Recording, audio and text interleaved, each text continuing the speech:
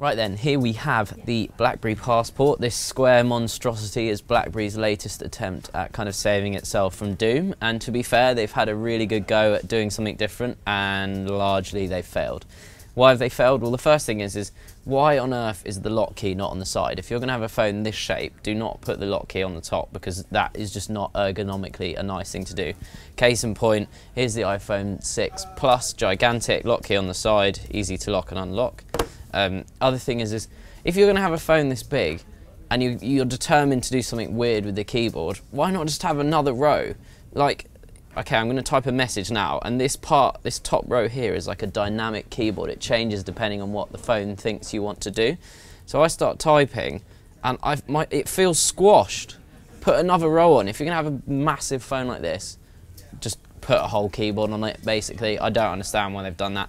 The other thing is the idea behind the whole square screen is that there's more to read, more lines of text that you can read on the display.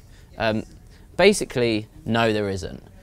Essentially, if you have a really, really long display, like on a Galaxy S5 or a 6 Plus or an iPhone 6 or Note or whatever, you're going to have to scroll a bit, but there's so much more screen real estate to view images and things like that. Whereas with this, websites look all weird and it just feels counterintuitive, and I don't like it.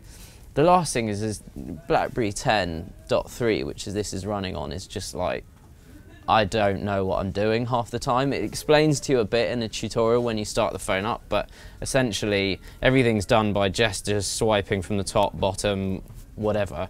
It just feels confusing. You get so many apps running and things like that. It just doesn't work.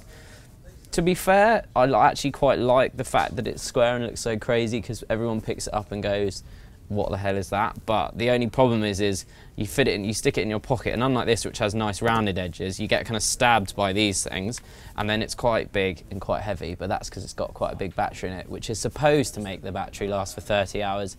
I haven't had it for 30 hours yet, so I can't say, but I suppose if you're a power user, having that sort of battery life is useful.